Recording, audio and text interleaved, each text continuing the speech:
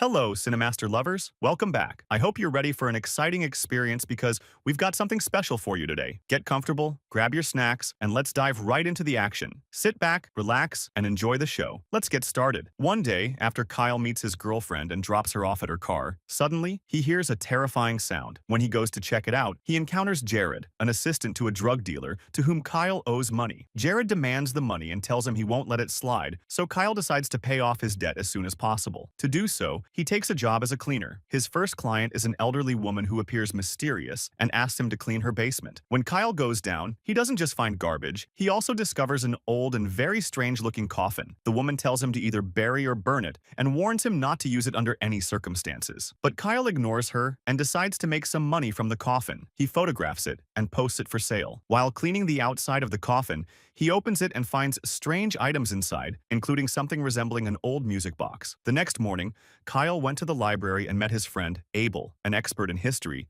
whose name is Platt. He told him that there was a man named Wolfgang, a sadistic inventor who built devices that made people suffer. He also told him that he was the dark version of Leonardo da Vinci. After a while, he became known as the Devil's Mechanic. In his last years, he became obsessed with death and life after death. At that time, he isolated himself from the world and built a unique machine, which was a mechanical coffin designed for people to experience death without risking their lives. He also called it the Soul Machine, but no one found this device after his death. When Kyle looked at the pictures in the book, he realized that the coffin in the garage, he has the same machine, and this old invention is worth millions of dollars. And of course, when Kyle hears this, he can bear it to the fullest because, of course, when he sells it, he will be able to pay off his debt with his money. And when he gets home, he knows that it is his time to fix this machine, and after he explains to him how this device works, he suggests that they tested it, but they both are afraid to use the coffin on themselves, so they decide to have someone else use the first one. And they don't find anything in front of them except Sutton's fish, so they take it and put it in the coffin in its tank,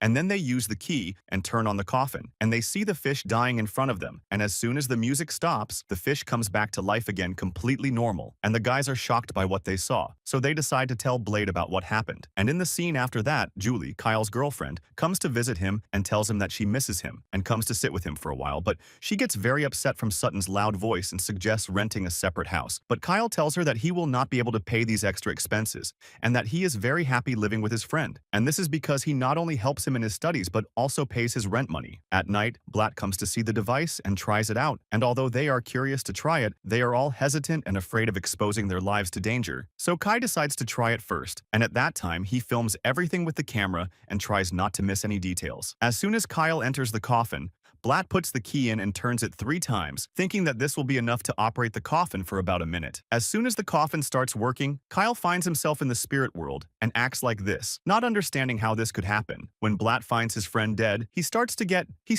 scared, but at that time he suggests that they calm down and wait until the music stops. When the music actually stops, Kyle wakes up. He tells them that it is a terrible experience and they should try it. Blatt is still scared, but his curiosity makes him take the risk. While he is in the coffin for a moment, his friends turn on the device for a minute so that he can live this experience. After he dies and enters the spirit world temporarily, he walks in the town at night. He does not know how to use his new ability. He walks aimlessly on the railway and sees the train coming and passing him. Of course, if he was alive, he would have died in it long ago, but the train penetrates his body normally. In the scene that follows, he finds himself back in his body and is completely shocked. Since he is the smartest one among them, he realizes that what they are experiencing is similar to a death experience, and that when they are in the coffin, they are very close to death, but they do not reach it. This helps them return to their bodies later. At that moment, he is amazed by his friend's experiences and stories, so he decides to try it as well. He asks for help to enter the coffin, but Platt tells him that it is a stupid idea and dangerous for him, but he ignores it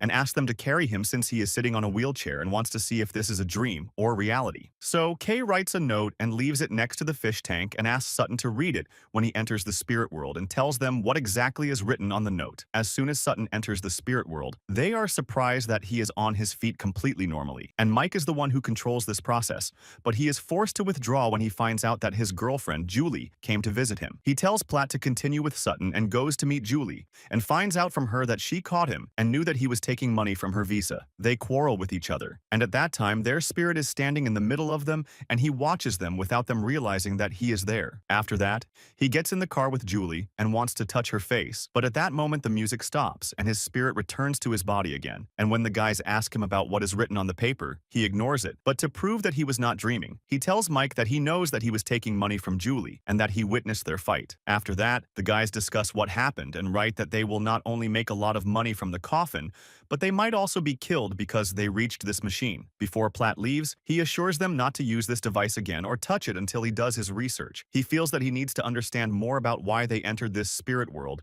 and how this device works in the first place. At that time, Sutton decides to try to walk on his feet again, and when he tries, he gets up but falls at that moment. And of course, he feels terribly frustrated. After that, Platt returns to the library and begins to study this device more and more. But when he stands on the doorstep, he finds a homeless person sleeping, so he decides to avoid him. But then he hears a voice. He moves behind him, and when he turns around, he finds that the one behind him is not just a homeless person, but death itself, coming in the form of the scientist who invented the device. He enters the building immediately, and Bella realizes that the monster that was chasing him has disappeared. At this time, the scientist's spirit appears again, but Kyle, who does not think much about the matter, acts completely normal. After a while, Julie calls him and urges him to stay away from each other for a while until they decide what to do and see if they will continue in this relationship or if it will blow up. Kyle tries not to enter a state of depression and reads that it no longer makes a difference to him or affects him as before. At this time, Kyle decides to use the coffin again without mentioning it to anyone. After turning the key several times to prolong the time, he enters the world of spirits and walks around the town. He enters a shop as it closes and reads the shop owner to know the number of the safe where the man keeps his money. When he sighs and returns to reality, Kyle wears. He goes to steal the safe, enters the code, and opens it easily without attracting attention. He actually steals the money and the gun he finds. After that, Kyle goes to Marcus to settle his debts and buy something stronger. When he arrives, he finds something strange in his car, and it moves on its own. He also sees the wipers moving, so Kyle gets scared and starts thinking that the spirits are being expelled, but it turns out that Marcus is just playing a prank on him. After that, he offers him cocaine, but Kyle refuses and returns his car. He tells HM that it no longer gives him the same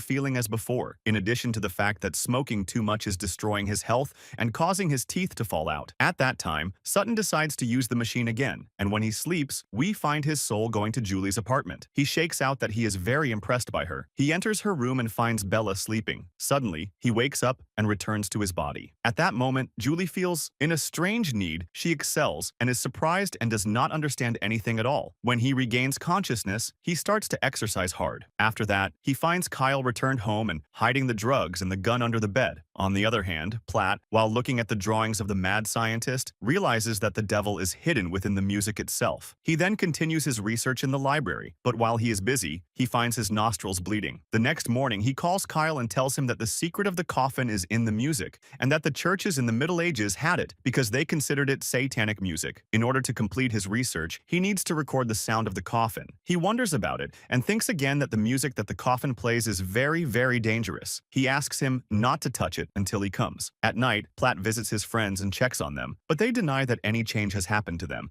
and none of them mentions the hallucinations to him. Platt notices that his friends have become obsessed with the coffin and what it offers them. They have to resist all temptations. At a certain point, Platt decides to record music, but Kyle also sleeps in the coffin to return to the spirit world. When Kyle tries to stop him, he pushes him away and scolds Marcus and Bella. He finds him treating one of his customers in a very brutal manner and even takes his girlfriend by force in exchange for cocaine. When Kyle sees this, Pete is angry and wants revenge on Marcus and his assistant. So, he follows Jared to find out where they hid the drugs. When he returns to reality, Kyle admits that he felt like he was in heaven and enjoying these very dangerous trips, but Platt is not as optimistic as him and takes into account the first terrifying consequences, which is curiosity. In another one of the sessions, they find a fish that has died, but they do not care, and at that moment he wants to enter the coffin again, even if it is for a minute. So Beirut goes to the spirit world and enters the gym where Julie trains and trains with her while she trains with him, and she talks to Kyle and they meet. And at that moment, Sutton gets angry and starts hitting the wheel, and at that moment he returns to reality and writes that he can affect those around him in the spirit world.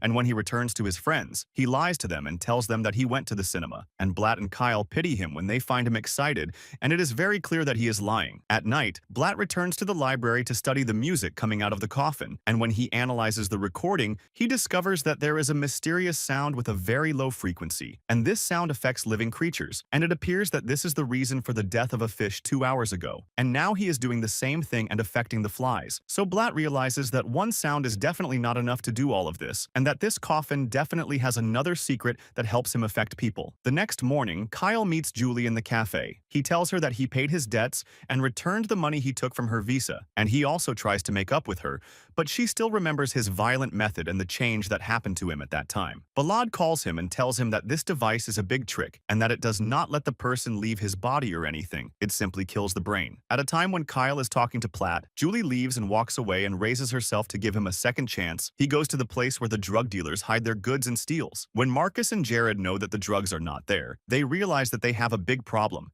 and this is because they have no idea who stole them. On the other hand, Bala continues studying this device and begins to know how it affects the body. When he uses a live broadcast camera, he notices that there is a needle mark on his neck because of this coffin, and at this time the spirit reappeared again, and still chasing him, and curiosity gets the better of him, leading to disastrous consequences. And this is just the beginning. He fears the spirit might reappear, so he hides under a table but realizes that's not going to help. He decides to send Kyle a message explaining the danger of the coffin. Suddenly, the spirit attacks him again. He tries to escape, but as he runs, the spirit pushes him down the stairs, and killing him. With the coffin destroyed, no one can use it again. Kyle collects the coffin's remains and heads home. On his way, he sees the police arresting Marcus and his assistant. Later, he visits the elderly woman to tell her she was right. At her doorstep, he discovers she's a cursed spirit trapped in this world. Having completed her mission, her soul is finally freed. From then on, Kyle must protect the secret of the device, accepting that the scholar's spirit will continue to haunt him. But he's willing to endure it as long as no one else suffers again. And that's where today's movie ends. Stay tuned for more videos and summaries. Goodbye.